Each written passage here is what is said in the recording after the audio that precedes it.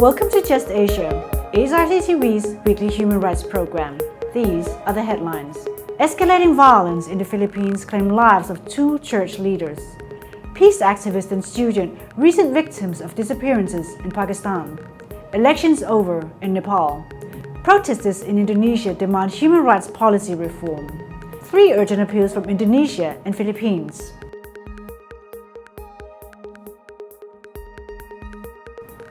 Welcome to AHRC TV's Just Asia. I'm Annie Lin. This week, Just Asia begins with the Philippines, where extrajudicial killings are escalating. Last week, these killings claimed the lives of at least 10 persons, including 2 church leaders, Father Tito Paez and Pastor Leovelito Quiniones. On December 4th, Father Tito was shot while driving near San Leonardo, Nueva Ecija. Father Tito was active in advancing the human rights of his community and actively opposed foreign intervention and the presence of U.S. military troops in the Philippines. Pastor Leovelito Quiniones was shot by soldiers on December 3rd while on his way home after distributing food to the poor. The Philippines Army accused him of being a member of the militant New People's Army, vehemently denied by the pastor's church and family. Also last week, 8 indigenous Lumut were massacred by the army in Mindanao. They were part of the 140 families who have reoccupied their ancestral lands grabbed from them by the Consulate farms for their coffee plantation and logging business. Since President Duterte's declaration of all-out war against government critics, violence has increased. The military and police are now making no distinction between armed and unarmed, combatant and non-combatant. Activists, members of progressive groups and church people standing in solidarity with those struggling for land, jobs, justice and human rights are all being targeted. A solidarity protest action was held at the Hong Kong Philippines Consulate General on December 6th by the Hong Kong Campaign for the Advancement of Human Rights in the Philippines, Promotion of Church People's Response Hong Kong, and BAYAN Hong Kong and Macau.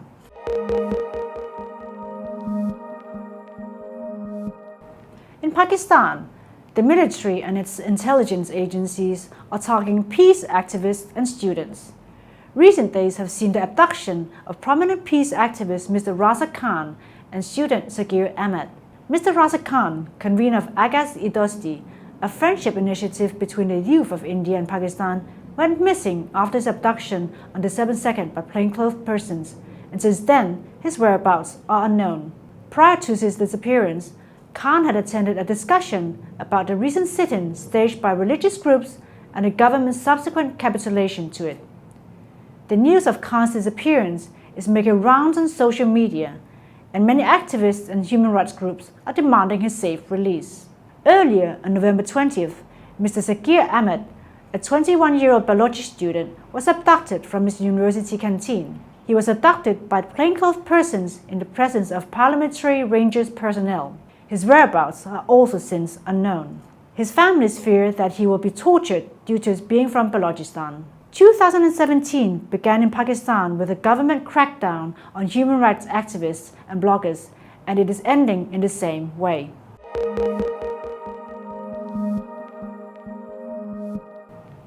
Next, Nepal concluded the second phase of elections to the House of Representatives and provincial assemblies on December 7th. The extended period of stalemate facing Nepal in all aspects has ended with the completion of these elections. Though the elections were conducted peacefully, specific security concerns and violence occurred. The police made some arrests, including the arrest of Dr. C.K. Raut and his caterers. Dr. Raut has complained of police maltreatment and torture in custody.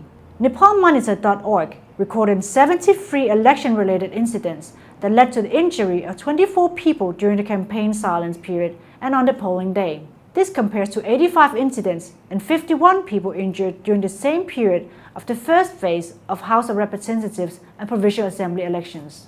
With elections over, the government of Nepal must look at the bigger picture of what serves the country best. An efficient criminal justice system and transparent government administration are crucial to realizing people's rights and to move Nepal forward.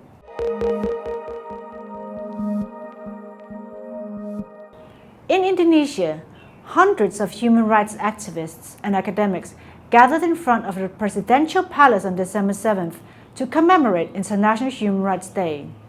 They urged President Joko Widodo to publicly reveal why his government has failed to settle any human rights cases in the 3 years of his administration. The protesters further declared that President Widodo's human rights policy is not compatible with the Indonesian constitution and the state ideology of Pancasila. They also stated that he has failed to ensure Indonesia is a state based on the rule of law, resulting in frequent violations of human rights. Protesters demanded President Widodo to ensure that all human rights offenders are held accountable under the law. Lastly, protesters urged President Widodo to not merely prioritize infrastructure development in the country.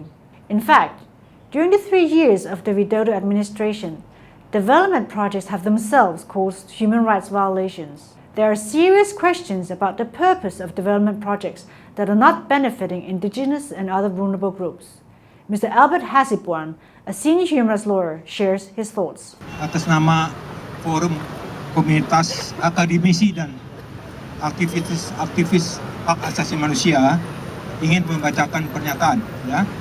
Pernyataan itu berjudul Presiden perlu kembalikan wibawa negara lewat penegakan hukum dan HAM. Ya. Presiden perlu menjelaskan tentang kekuatan apa yang merintangi pemenuhan komitmen-komitmen pemerintah untuk menyelesaikan pelanggaran-pelanggaran hak asasi manusia sebagaimana tertuang dalam Nawacita dan Rencana Pembangunan Jangka Menengah Nasional (RPJMN). Faham menilai terdapat persepsi yang luas bahwa pemahaman Presiden tentang perlindungan hak asasi manusia telah tidak sinkron dan tidak sejalan dengan amanat konstitusi Undang-Undang Dasar Negara Kesatuan Republik Indonesia tahun 1945 dan Pancasila. Faham juga merasakan bahwa akibat langsung dari keraguan Presiden ini telah melahirkan sebuah gejala impunitas dan pelanggaran ketidakadilan yang meluas bagi kehidupan bangsa. Alhasil, kondisi fundamental ini menjadi sumber bagi terus terjadinya pelanggaran hukum dan pelanggaran hak asasi manusia hingga hari ini. Tentu saja, situasi akhir-akhir ini yang telah terjadi secara hakiki menggerus keteladanan kepemimpinan Presiden Joko Widodo di mata rakyat. Secara kenegaraan, Presiden juga telah mengabaikan upaya-upaya mendasar untuk memulihkan kembali kehadiran Republik Indonesia sebagai negara hukum sebagaimana yang diamanatkan oleh Konstitusi Undang-Undang Dasar Negara Kesatuan Republik Indonesia tahun 1945. Akibat dari pembiaran tersebut adalah kecenderungan yang telah membudaya untuk semakin mudahnya orang melanggar hukum dan hak asasi manusia. Sumber impunitas atau ketiadaan hukum hari ini kami yakini tidak saja muncul dari wujud manipulasi kekuasaan, namun juga bentuk politik uang yang telah mencengkeram roda birokrasi dan sumber-sumber penegakan hukum dan HAM.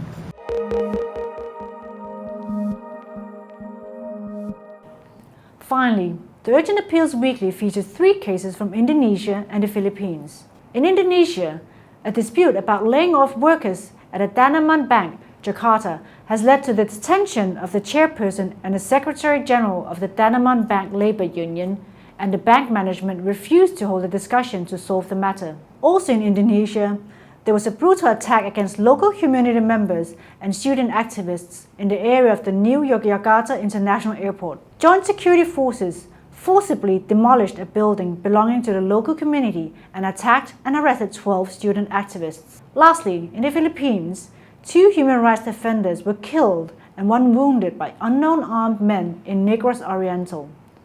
The victims were on their way to the police station to report the harassment they were encountering. The victims were allegedly killed by elements of private enforcers of the local mayor.